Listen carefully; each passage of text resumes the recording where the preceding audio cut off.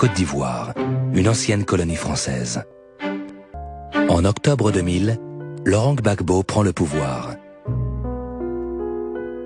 Ce n'est pas l'homme que la France aurait aimé voir succéder à l'illustre Houphouët-Boigny, président de Côte d'Ivoire pendant 33 ans, de l'indépendance en 1960 à sa mort en 1993.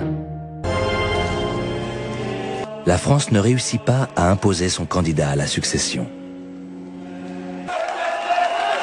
Et c'est l'opposant de toujours, Laurent Gbagbo, qui l'emporte en 2000 après des années de troubles. Dans les palais présidentiels, à l'abri de tout contrôle populaire, le grand jeu du partage du pouvoir a repris.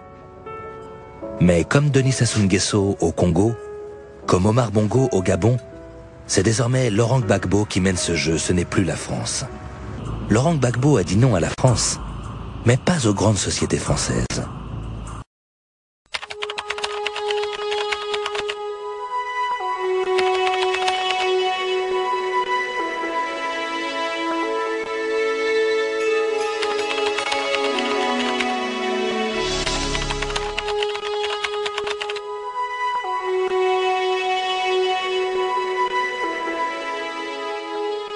Le 19 septembre 2002, Ouattara Alassane, ses rebelles et des terroristes armés recrutés dans la sous-région ouest-africaine ont attaqué la Côte d'Ivoire et le régime de Laurent Gbagbo, le président démocratiquement élu, pour s'emparer du pouvoir d'État.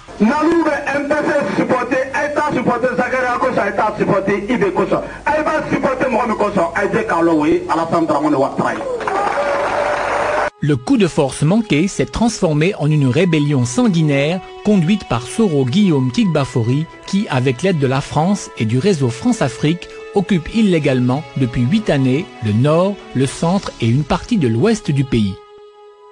Pour préserver la paix à son pays et sauver la vie d'innocentes populations du chaos, le président Laurent Gbagbo a accepté de partager le pouvoir d'État et la gestion du pays avec Ouattara Alassane et l'opposition ivoirienne.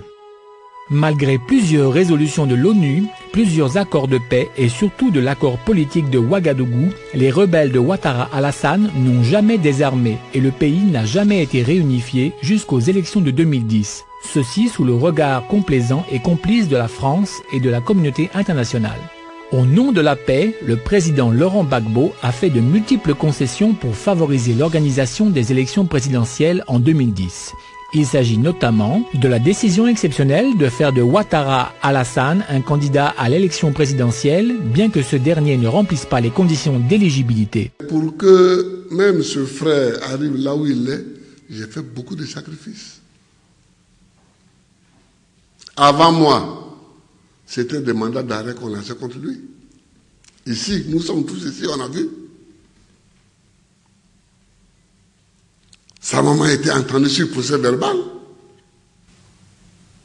Depuis que je suis là, ça a cessé. Et c'est moi qui ai pris l'article 48 pour dire qu'il n'y a 4 candidats et puis on va finir.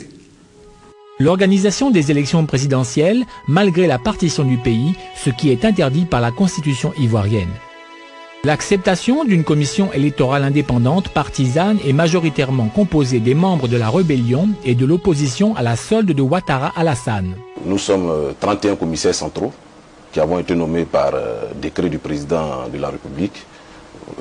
Nous représentons qui des groupements politiques signataires de l'accord de Marcoussis, qui les mouvements rebelles. On a 2 représentants du MJP, 2 représentants du MPIGO, 2 représentants du MPCI, 2 représentants du RDR, 2 représentants du MFA, 2 représentants du PDCI, 2 représentants de l'UDC, 2 représentants de l'UDPCI, 2 représentants du FPI. Oui, ça c'est en ce qui concerne les groupements politiques. Et puis il y a aussi les institutions de la République qui sont représentées. L'Assemblée nationale. L'Assemblée nationale, un représentant, le président de la République, un représentant, le ministère de l'Intérieur, 2 représentants, le ministère de la Défense, un représentant, le ministère de l'Économie et des Finances, un représentant, puis les groupes sociaux professionnels organisés, tels que le Conseil supérieur de la magistrature, 2 représentants, le barreau, 2 représentants. Un tiers de ses membres représentent la majorité présidentielle et les 2 tiers de ses membres représente au second tour l'alliance, voilà. Malgré tout cet environnement défavorable, Laurent Gbagbo gagne le premier tour des élections du 31 octobre avec 38,06%, puis le deuxième tour des élections du 28 novembre 2010 avec 51,40%. Ont obtenu Gbagbo Laurent 2 54 537, soit 51,45%. M. Ouattara Alassane 1 938 672, soit 48,55%. M. Gbagbo Laurent est proclamé élu président de la République de Côte d'Ivoire. Ouattara Alassane, son allié de dernière heure, Henri Konan Bédié du PDCI-RDA, la France de Sarkozy et tous les réseaux France-Afrique n'en reviennent pas. Et pourtant, que n'ont-ils pas fait dans les zones centre, nord et ouest du pays pour assurer la victoire à M. Ouattara? Exactions, violences, empêchements, menaces de mort, chasse à l'homme, vote multiple, manipulation du scrutin, bourrage d'urnes, séquestration des représentants du président Gbagbo, trucage du résultat, etc.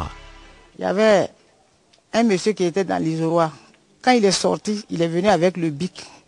Et il est venu casser le bic devant le président, devant les gens. J'ai dit, ah mon frère, toi tu as cassé le bic, on va voter comment? Déjà, il avait vu mon papier que je prenais pour superviser parce qu'il y avait les 2 doigts là-dessus. Il m'a dit, vous les bâtards comme ça, là, c'est vous qui voulez installer Gbagbo, c'est vous qui envoyez le FPI à Korogo. On va vous tuer ici, un en un. C'est dans ça que je suis sorti, j'ai vu tout le groupe venait huer sur moi. C'est là que j'ai demandé, mais au juste, qu'est-ce que j'ai fait? Quand j'ai dit ça, ils ont commencé à me taper, me frapper, me tirer, aller derrière là-bas, me frapper, me déshabiller, me blesser partout. Je me suis évanoui. D'autres disaient de tuer. Ils ont envoyé même le brick. C'est là que quelqu'un m'a pris, m'a jeté dans une voiture. Là, je me suis évanoui. Pour moi, on partait me secourir. On m'amène encore à la 4e région. Ils vont m'enfermer là-bas. J'ai fait près de 1 heure du temps là-bas, tout nu. Je suis vivant. Quand on aime ce pays. Grand frère, tu peux pas pleurer. Non, c'est plus fort que moi. Je ne sais vraiment pas à quoi ça répond. Qu'Abidjan parle de démocratie, on laisse,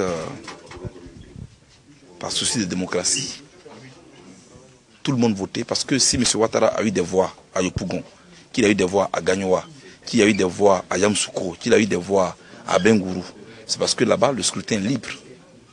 Moi, dans mon village, M. Ouattara a eu des voix. Mais ceux qui l'ont voté ne sont pas encore morts dans mon village, ils sont vivants. Vous comprenez? À Gagnoa, M. Ouattara a eu des voix. Ceux qui l'ont voté ne sont pas encore morts. Je ne comprends pas pourquoi. Parce que des gens soutiennent Gbagbo. On les chasse des bureaux de vote. Et puis, voilà ce qu'ils sont devenus. C'est méchant, simplement. C'est méchant. C'est méchant. On vient à la télévision, oui, moi je n'aime pas la guerre. Oui, moi je n'aime pas la guerre. Mais voilà. C'est ça qu'on appelle un scrutin se dérouler au nord. C'est ça qu'on appelle un scrutin se dérouler à Korogo, à Boaké, à Touba. Tous nos représentants ont été chassés des bureaux de vote. Mais pourquoi? Je pense que c'est bien que bon, ben, on loue Dieu. Ils sont en vie, c'est l'essentiel, mais d'autres sont morts. C'est pas normal. C'est pas normal. C'est pas normal. C'est pas normal. Mais c'est pas normal. C'est pas normal. Ça, c'est pas normal.